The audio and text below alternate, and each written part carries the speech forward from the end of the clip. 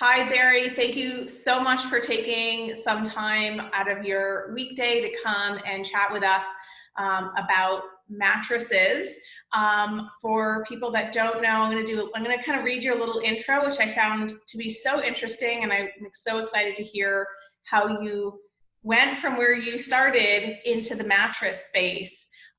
So Barry Chick is the founder and technical director of Naturepedic, a manufacturer of award-winning certified organic mattresses that I have, that I love.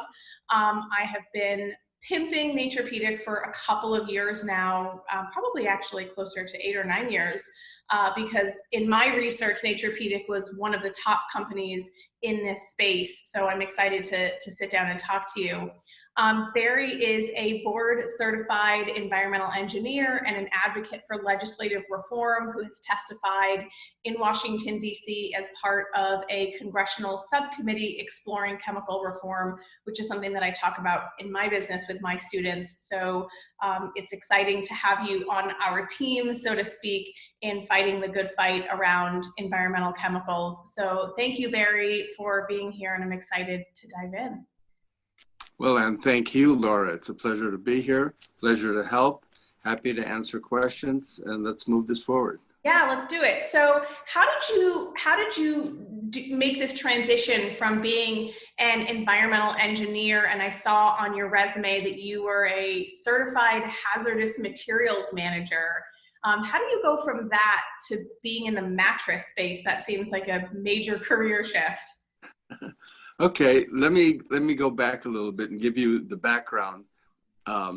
When I was in college, I was in engineering school, and the joke in engineering school was the solution to pollution is dilution. Dilution, yeah.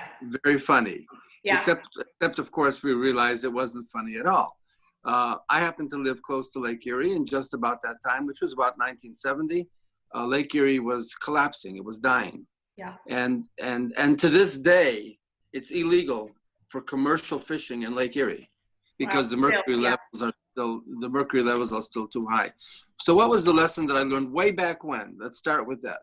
The lesson that I learned is, you know, in 1870, when they started dumping toxic chemicals into the lake swallowed it up, no problem. 1890, no problem. 1910, 1930, 1950, no problem. 1970, big problem. The lesson is that you think you're just going to dump toxic chemicals into the environment and not pay a price? Who are you kidding? Of course you're going to pay a price. That was the lesson. And that shaped my life from there on. All right. So I became an environmental engineer, and I've been chasing chemicals for a long time. So then about 17 years ago, my wife sent me to a baby store to buy a crib mattress for our first grandchild. I walk into the store, polyurethane foam, flame retardants, vinyl with phthalates, perfluorinated compounds. I'm sort of shortening a bigger story. Yeah. You know, formaldehyde, pesticides, GMOs, glues, and I'm going, are you crazy? What is this? You know, this isn't good for anybody, let alone for a brand new baby. So I came home that night, and I'm kidding around with my wife, and I said, you know, my grandfather slept on straw. We have Amish friends. Let's go get some straw. That's cleaner, that's safer than what I saw in the store. Yeah. And I realized something else, that we are very trusting people. Okay, and when you go into a store and you see something with a nice package and it looks nice, you just assume, of course, it's safe. Right. But the truth of the matter is, unfortunately, it's not true at all. The government barely regulates toxic chemicals. There's a couple of things that they regulate, but in the big picture, it's very little. Yeah. It's almost nothing. Okay, there are something like 85,000 chemicals that have been invented, created in. Oops, we look like we're frozen.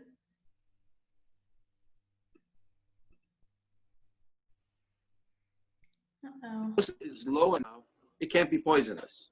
Right. Okay. Can you say That's that? Can you say that again? Because your camera froze, and I caught the very end of it, and I know what you're going to say is important. So can you back up a little bit and start that part about the little exposures or little doses again? okay. So the chemical industry takes the position that the dose makes the poison. Yes, All right. absolutely. If the dose is small enough, it can't be a poison because it won't hurt you. It's too small. Right. On paper, that's totally correct. On paper. But in real life, okay, well, at what dose will this chemical hurt somebody? They don't really know. Yeah. See? And then what about if you get this little dose every day? Oh, Yeah. they don't know that either. But what if this little chemical combines with that little chemical and creates a third chemical? They don't know that either. Yeah. So the reality is, I don't know how to say it, you know, without coming across as being too extreme. Oh, you can be extreme here. It's fine.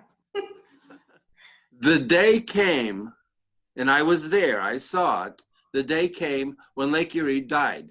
Yeah. You know, and what are we doing with ourselves? And what are we doing with our kids? You know, the day is coming when I don't know. I don't know what to say. It's Yeah, a serious. I mean, it's incredibly serious, and I think there's certainly a convergence of this.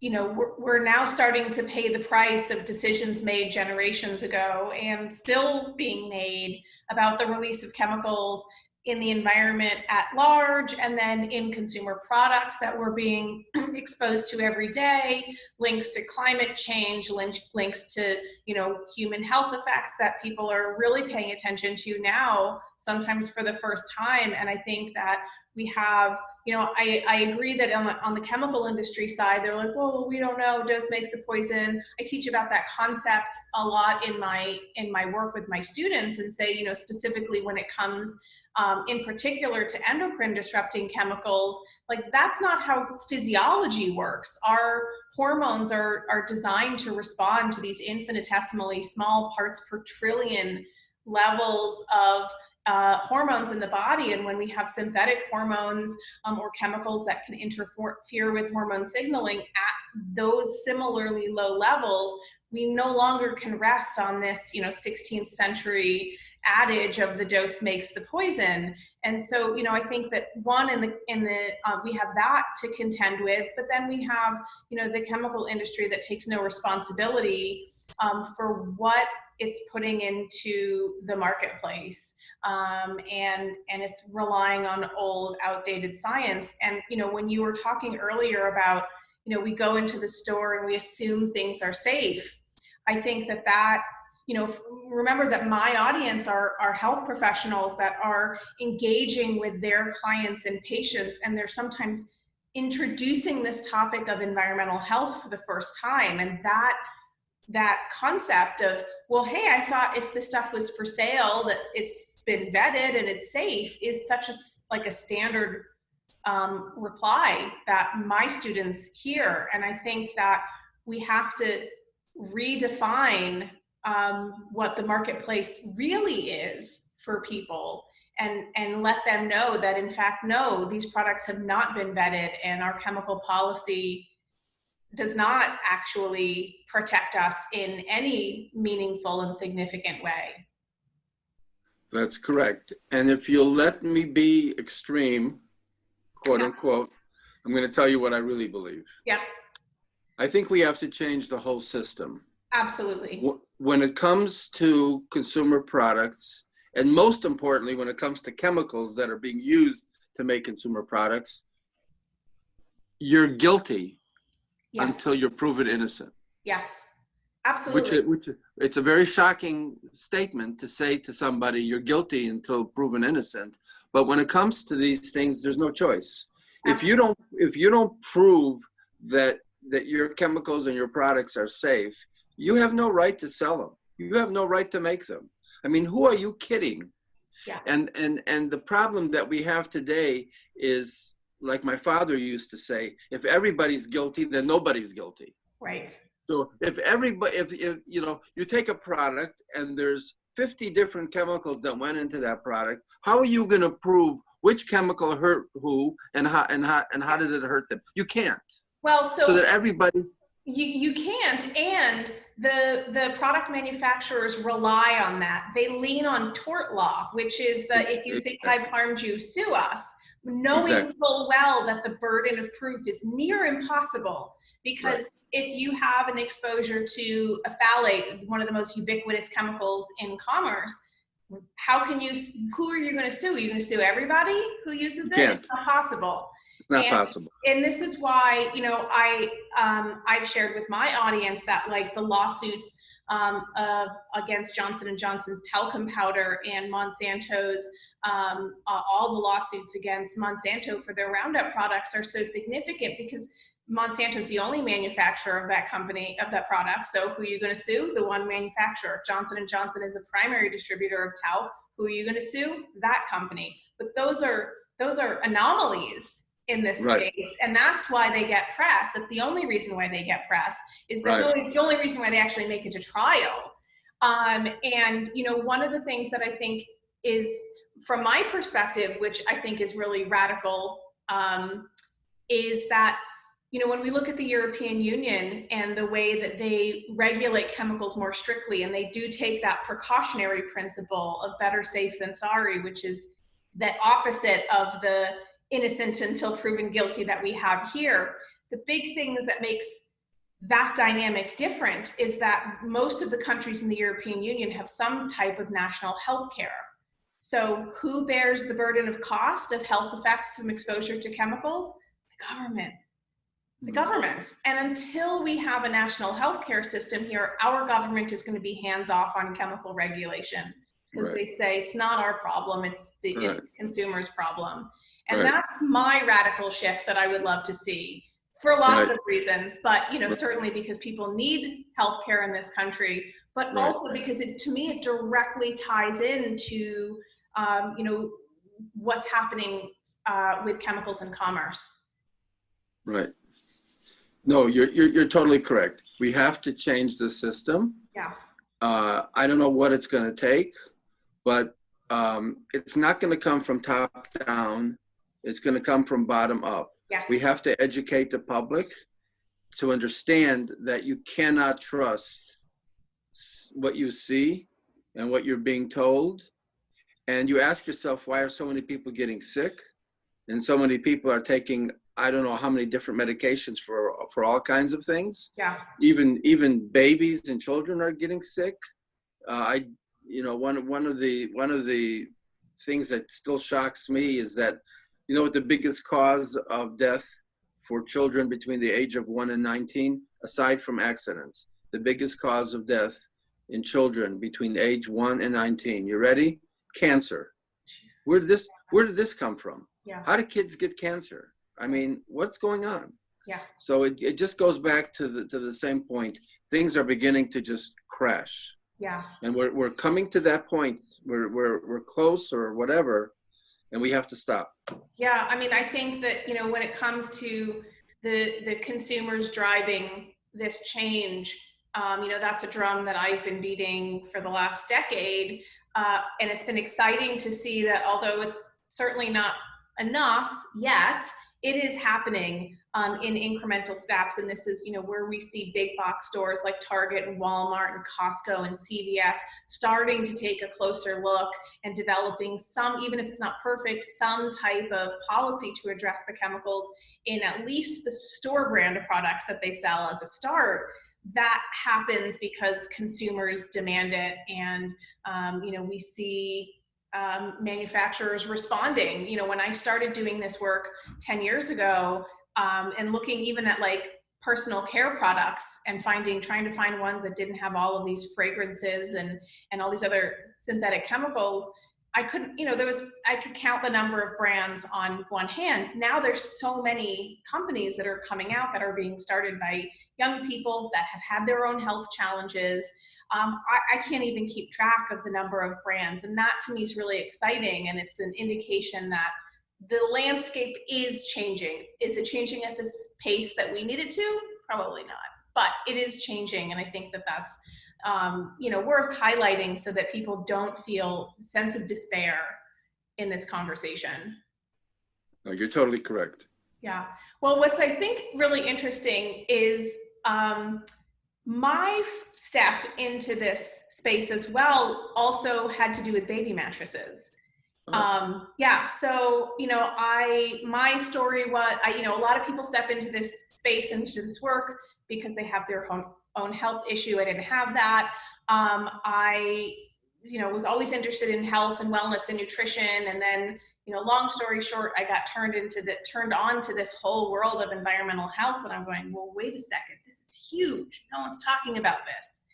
And at the time, my sister-in-law was pregnant with my niece, who's now 11.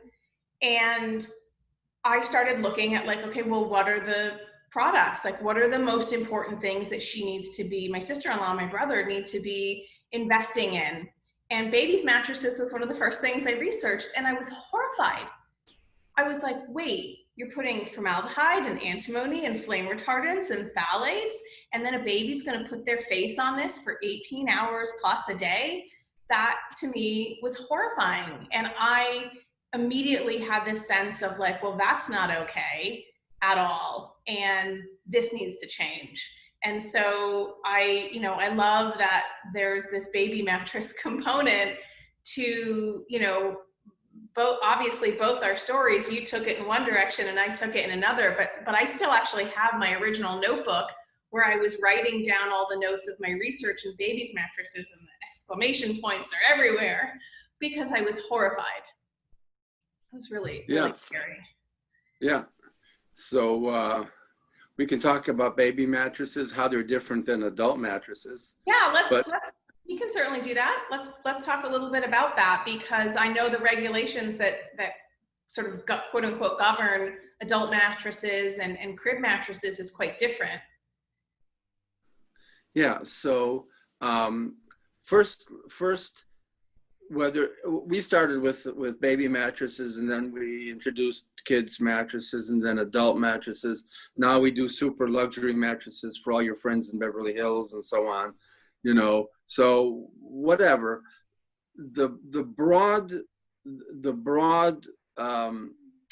perspective is we have to get rid of all the toxic chemicals in all the mattresses. Yeah. Okay, and we certify all our mattresses as organic. So we meet the global organic textile standard. We can talk about that if you want to, you know, as well.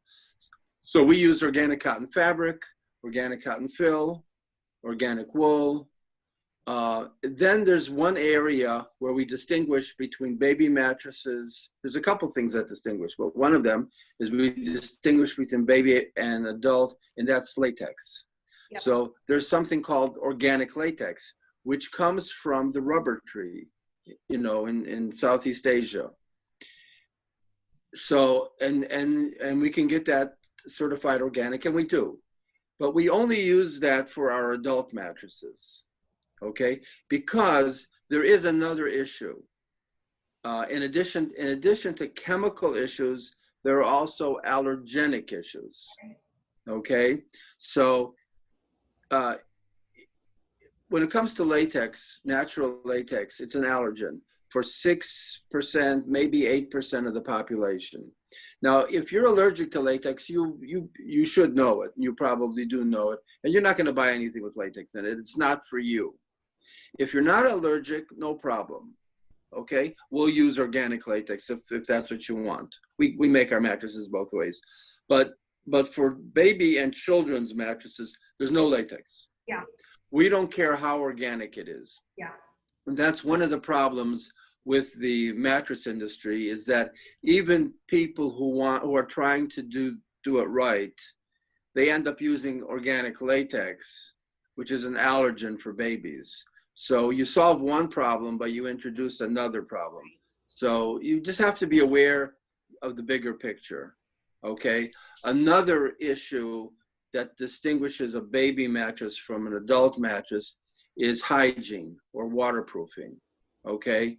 So babies have accidents, whether it's urine, bigger messes, drool, vomit, spilled milk, whatever. It's constant, it's ongoing, and if you can't clean it up, you have a problem. In our great grandparents' days, when they had a straw underneath the baby, and when the straw got dirty, they took the straw away and gave the baby clean straw. We don't live in that world. We give a baby a mattress. That mattress has to stay hygienic for a long time, for years, okay? And there's only one way to do it, and that's to waterproof it. If you don't waterproof it, so now you're creating another problem, and that is you're growing a garden full of bacteria and microbial contamination. Yeah. You want baby turns over and starts breathing into that, you're asking for trouble. Yeah. Okay? So that's another area where you have to be careful. Okay? Now, in our case, we're not going to use vinyl for waterproofing. We're not going to use perfluorinated chemicals. Okay? What we use is a food grade polyethylene made from sugarcane, and all our sugarcane is non-GMO. So it's a cleaner, healthier, kind of waterproofing. So you have to be aware of all these issues when you're doing it, which is what we try to do, of course. So there you are. Well, I mean, it's. I think it's so important. I especially with the vinyl and the phthalates and the perfluorinated chemicals that create that water resistant barrier. I think people, again, this is one of those areas where people just don't consider it. They think, oh, it's waterproof and that's all I have to worry about.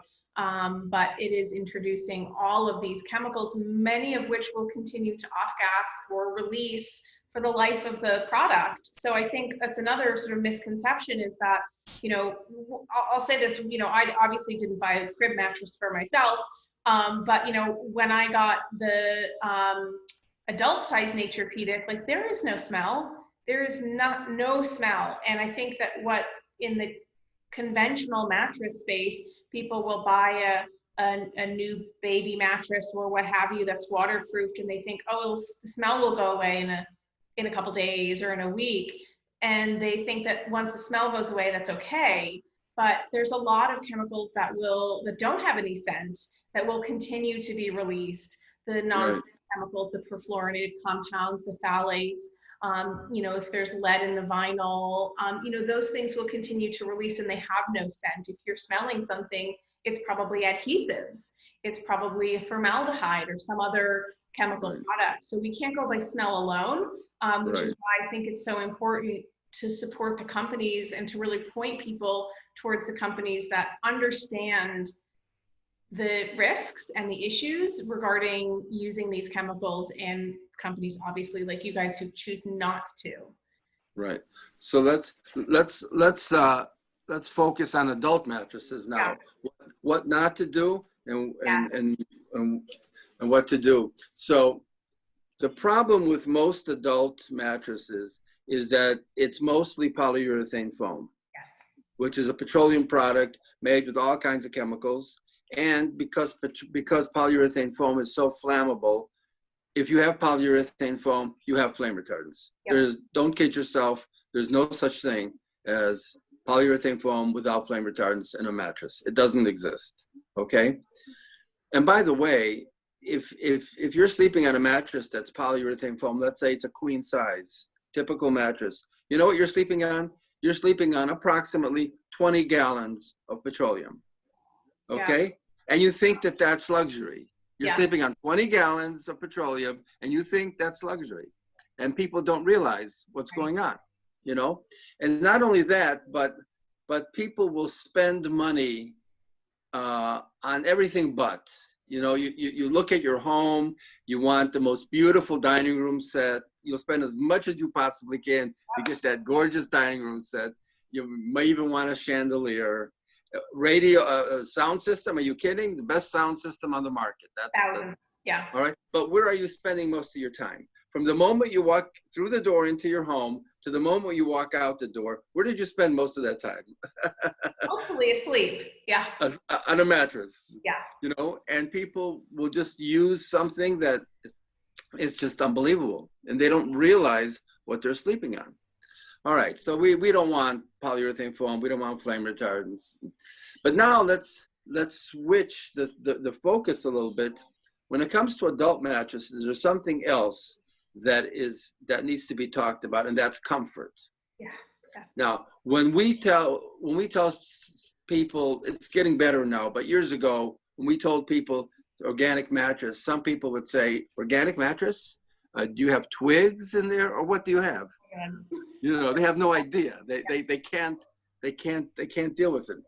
The reality is that an organic, at least the way we make it, an organic mattress is actually more comfortable than the other mattresses. And let me explain why. There's two reasons why. One reason is that if the material is petroleum based, it does not breathe. Let me give you an example. I'm wearing a cotton shirt. Okay, I'm not wearing a polyester shirt. Why am I not wearing a polyester shirt? Why are all the shirts cotton? Because polyester is petroleum. Yeah. Polyester doesn't breathe. You get hot and sweaty, you know, easier. But with cotton, it's more breathable. Okay, it's the same thing with a mattress. There are a lot of mattresses out there where they're adding gel, and they even advertise it. Gel, more gel, this gel, that gel. Why are they doing that? Because the petroleum material doesn't breathe. People get hot and sweaty much quicker. So they're adding gels to try to keep the temperature, whatever, so people don't sweat. It's all nonsense. You're better off sleeping on natural, organic cotton, wool, latex. So an organic mattress properly done is actually more comfortable. So even if you don't care about the chemicals, right? All you care about is your comfort. No problem. This is still better. Then we do something else that makes it even smarter. When you're looking at a mattress, why can't you look under the hood? Why doesn't anybody let you see what's inside? Well, what we do is on the side of the mattress, we add a zipper, okay? So you can unzip and flip up the top of the mattress, and you can see what's inside the mattress, okay? Now, what's the point of that? It's not just to be able to see what's inside the mattress, but you can design your own comfort level. For example, latex, we have soft, we have medium, we have firm. Coils, we have softer, we have firmer, all right? You want to sleep on Jell-O? We'll give you Jell-O. You want to sleep on concrete? We'll give you concrete. And that was my experience, because I went in actually twice now. I've been into the local store where I live in Portland, Oregon, that sells, lots of different varieties of, organic bedding and beds and mattresses, so that I could try out the various configurations. And it was really fun to see them, let's unzip and we'll swap this out and lay on it and see how you feel. And I just thought that was so fun and so cool. But also, a level of customization that you don't get when you walk into the 1-800 mattress or Mattresses R Us or whatever. You don't get that customization. And I know that they make, really expensive beds that allow you to, inflate and deflate so that you can have different, sleep settings, but they're all still made with toxic chemicals. And so what I love about, at least I think it's the queen size and up, you can customize one side if someone's a soft sleeper and customize the other side so you can have a firm sleeper, which I think is a brilliant way to accommodate, different preferences. And that's the best part. Why do you need to put up with your partner? Why does your partner need to put up with what you like? Yeah. Each person gets to pick, can pick whatever customization they want. And in our case, after you buy the mattress, you have 90 days to swap. Let's say you tried it out in the store and you decided what you like, but then you take it home and you change your mind. No problem. We swap for free, no charge for Yeah. 90 days. And what if you want to change the feel 5 years later? Okay, you'll have to pay for a component, but you don't have to replace the whole mattress. Yeah. Just replace that one component, no problem. Yeah. Or what if, for example, the dog makes a mess on the surface? You don't have to throw out the whole mattress. Just get another encasing, the surface part. See, once we have that zipper, there's all kinds of things that you can do to keep that mattress as comfortable as possible and keep it for decades. No problem whatsoever. Yeah, which I think is such a I guess innovation in the mattress space to allow for that kind of customization while also not foregoing, you know, your criteria on having a safe, non-toxic mattress that's not going to be, you know, releasing or off-gassing chemicals into your bedroom and into your breathing zone, you know, Right. for that, you know, Right. 60% of your life or whatever portion it is that we spend in bed. One of the things that I really appreciate about you guys is the type and the number of different certifications that you have. You know, you mentioned the GOTS, the Global Organic Textile Standard, and the GOLS, the Global Organic Latex Standard, but you also have, you know, Made Safe. You've got a couple of other certifications. Before we talk about those, I'd love for you to kind of share your insight into some of the certifications that exist in the mattress space that, from your perspective, maybe aren't that meaningful or that kind of fall into that category of greenwashing. You know, I get a lot of questions from people that are like, oh, I saw this great quote unquote non-toxic mattress and they have this Naturepure certification. What are your thoughts on some of these certifications that exist out there? Okay, so I will answer your question, but I'm going to do it very carefully. Great, that's and the reason is I don't want to be accused of slander or libel. Fair. Okay, and I have been accused of that in the past. So let's just be careful here. The way to approach this is to understand what each certification really means. Yeah. Okay, let's take Certapure. Certapure is a certification for polyurethane foam. That's it. Yeah. Okay. Does Certapure mean the product is safe? Well, I don't know about that.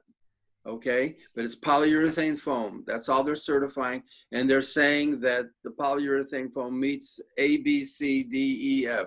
Okay, it could be that some of the things in A, B, C, D, E, F aren't in polyurethane foam anyways. Yeah.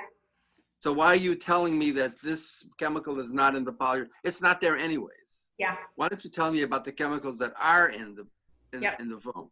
Okay, so so all I can say, that's as far as I can go. And that's I'll interject and say that's a really common tactic, is companies will gladly tell you what is not in their product, but they won't tell you what is in their product. I have to remind people of this when they ask me about like nonstick cookware and they say, oh, it's PTFE free, it's PFOA free, is it good? And I say, I don't know.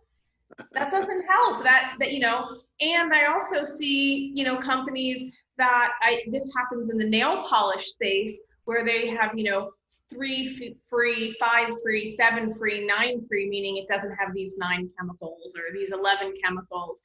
And some of those chemicals were never used in nail polish in the first place. So Right. It's just marketing. And This is where, you know, having a better understanding of what's actually happening helps us to be savvier consumers and not be kind of hoodwinked by some of the stuff that's out there. Right. Yeah. Okay. You probably want to know about Green Guard. Yeah. That's another one. There's Green Guard and Green Guard Gold. They're just two levels of it. So once again, I have to be careful in how I answer the question, especially since I'm the one who who brought GreenGuard and popularized GreenGuard into the mattress business a long time ago. Great. Yeah. You know, the head of GreenGuard before it was bought by UL, she called me and we were talking. She wanted to buy one of our mattresses for her grandchild, actually. And we got to talking, and this is before GOTS even was around. And I told her back then GreenGuard was just for building materials, lead, LED, and I said, why don't you take GreenGuard and move it into mattresses, and she did. So I helped that. The problems with GreenGuard since then are that GreenGuard was bought by UL. UL made some decisions, which I can't. It's not my place to criticize UL. They do what they want to do. But I had two issues with them. First was GreenGuard had a higher standard called the Select standard, and there were a smaller number of companies that were certified under the Select standard. We were the only mattress company that was certified under the Select. When UL bought them, they killed the whole standard, you know, and that standard was a higher standard. So that standard is not even available any longer, even if you want to have it. The GreenGuard standard is something that most companies can meet if they want to meet. And that's how it is with GreenGuard. You know, that's how it is with UL. They have a standard. You can fail it if you try. You know, it's not the worst. It does a lot of good, but you know, we were way above that, and it's not available. Okay, there's another issue that came up with GreenGuard, and that is that they used to test for the phthalates in vinyl. Okay, and then a couple of years ago, they decided they don't want to test vinyl phthalates at all. So the GreenGuard standard does not test for phthalates whatsoever. They stopped it. Okay. So what's the problem? Let's say you take a crib mattress. This is where that became an issue. And you fill the crib mattress with polyurethane foam and flame retardants, but then you encase it with vinyl. So the vinyl is blocking the chemicals from inside to come out. As long as that vinyl is good, solid, it's blocking it. Okay, so you give that crib mattress to GreenGuard to test. All the chemicals on the inside don't come through, so you pass.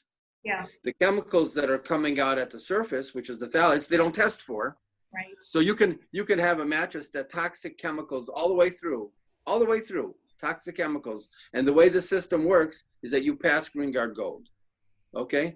And companies take advantage of this every day. Yeah. All right. So that's another standard. The better standards on the marketplace are the Global Organic Textile Standard, GOTS.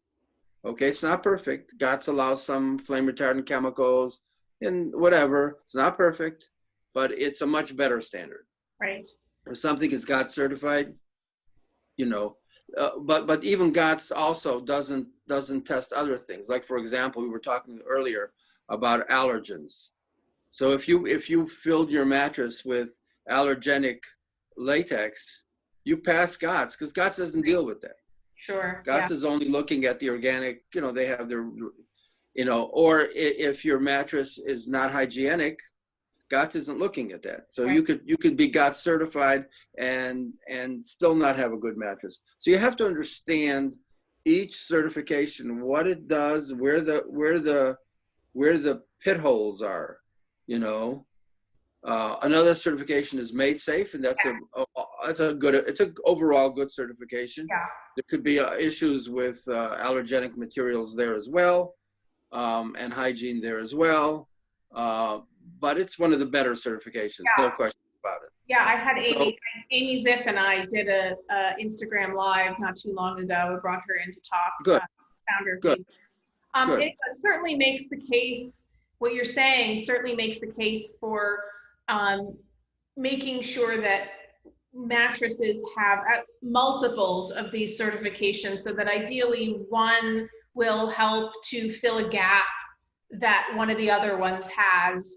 And you know, and then I think even above and beyond the certification is just the commitment of the company to only use and to be transparent, which is, you know, something again that I appreciate about you guys. You guys are very transparent about what goes into the materials of your mattresses. Pretty straightforward. It's not too complicated. The ingredients are actually quite clear. Right. Latex, cotton, Right. wool, that's it. Right. A metal zipper, but you know, beyond that, the ingredients are very basic and simple, which Right. from a transparency standpoint makes it really clear.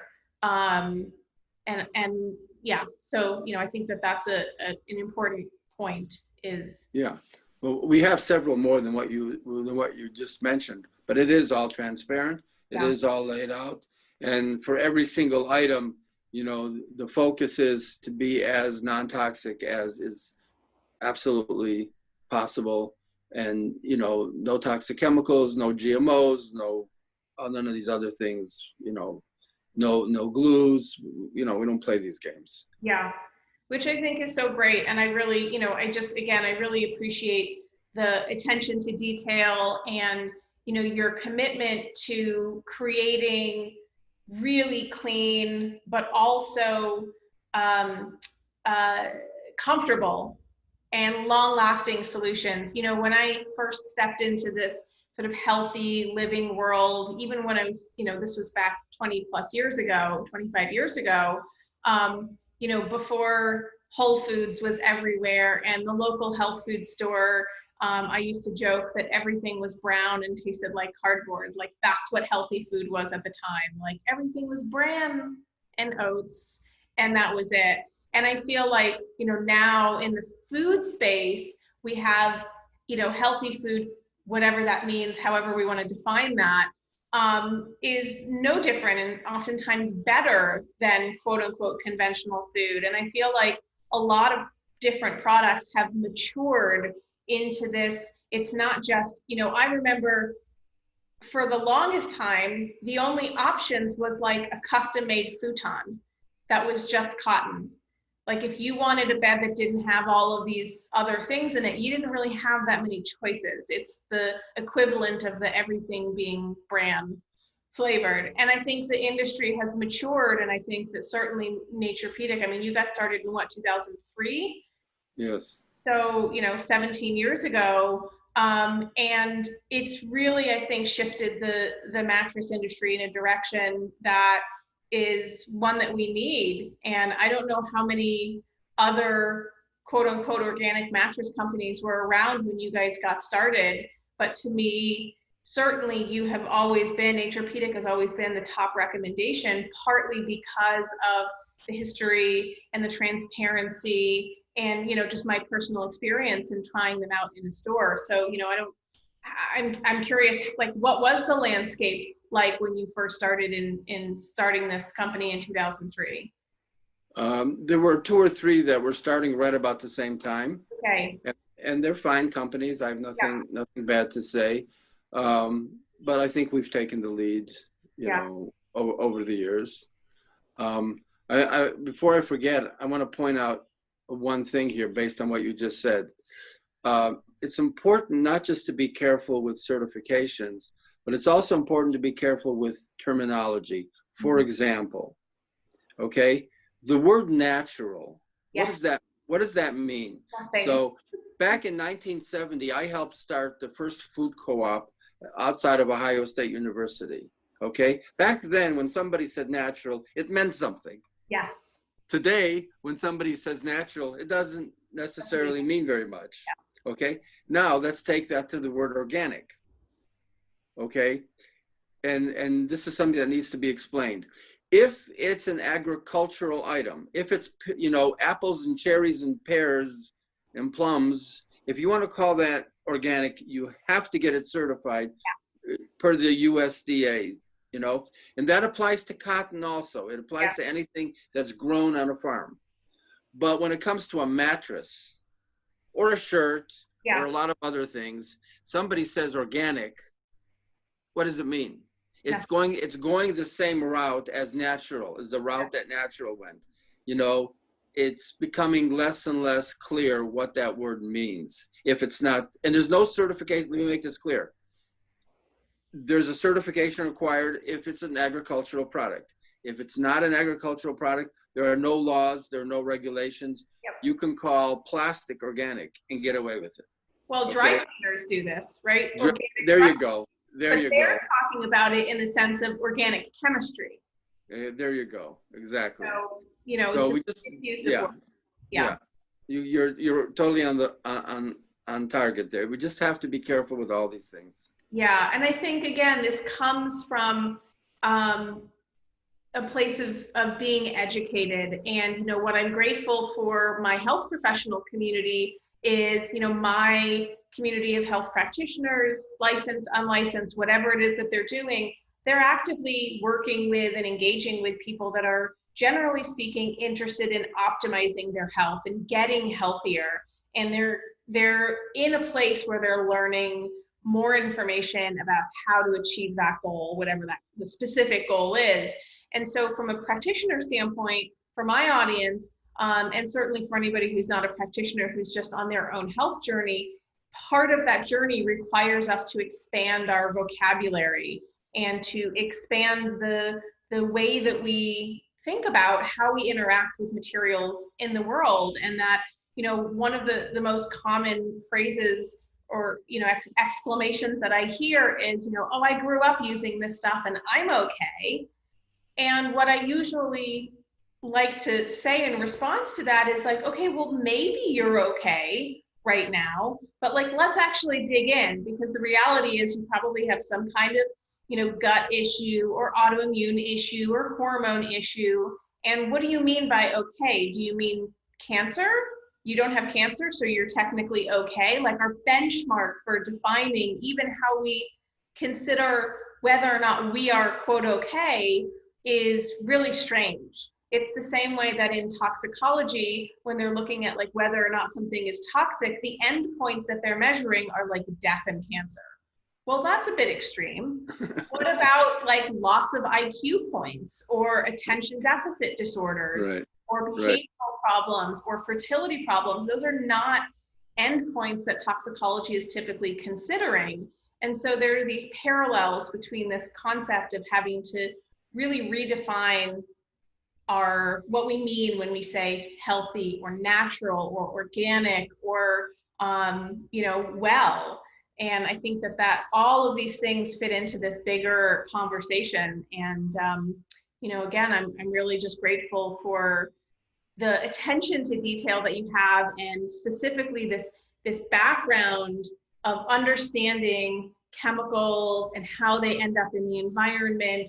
And you know, your early work really did set the stage for you to have a really unique perspective in creating a consumer product or a line of consumer products that isn't contributing to global pollution, isn't contributing to dumping water in lakes and rivers, you know, that you grew up around. And I think that needs to be applauded and appreciated. And as I like to say with my audience, like, we support the companies that do well and that are doing well. And that if we vote with our dollars, we can kind of collectively move the landscape in one direction that's, you know, hopefully better than where it is now. Yeah, and what you're doing is great, because the truth of the matter is 10, 15 years ago, there weren't that many people to talk to. Right. To explain, and things are changing. People like you and your audience are waking up. Yes. And they're starting to demand answers. Yeah. And that's a good thing, you know. Yeah, I think it's great. And I think it's, you know, again, so many of my students are like, I wish I knew this when I had my family 20 years ago or 10 years ago. And, you know, I wish I knew then what I know now. But we're now in a position where I've had thousands of practitioners come through my business, and I know there's other people like me out there doing this education work. You're doing this education work, and from a direct to consumer, like, hey, if you're out there wanting to buy mattresses, here's what you should know. I think all of these different touch points on this conversation are really helping to shift consciousness and awareness about these issues, which is exciting. And I think, you know, given the current climate, both literally and figuratively, we need this now more than ever, because things are heading in a direction that feels a little unstable. I'll say that. You're absolutely correct. And we just have to, like I said before, it's bottom up is the only way that this is really going to work. We have to educate lots of people, and they have to demand better products, and not just mattresses, but whatever. You know, people just have to wake up, get educated, and demand better. I mean, yeah, absolutely. I think that's it. That's it. Yeah, let's wrap it up there. I think that's a good place to end. Barry, thank you so much for taking the time to chat, and of course for, you know, starting this company all those years ago and creating a better option for people. You know, we all sleep on beds. We all need something non-toxic to sleep on, and I just want to thank you for that. Well, you're very welcome, and I thank you for everything that you're doing. Thank you very much, really. Thank you.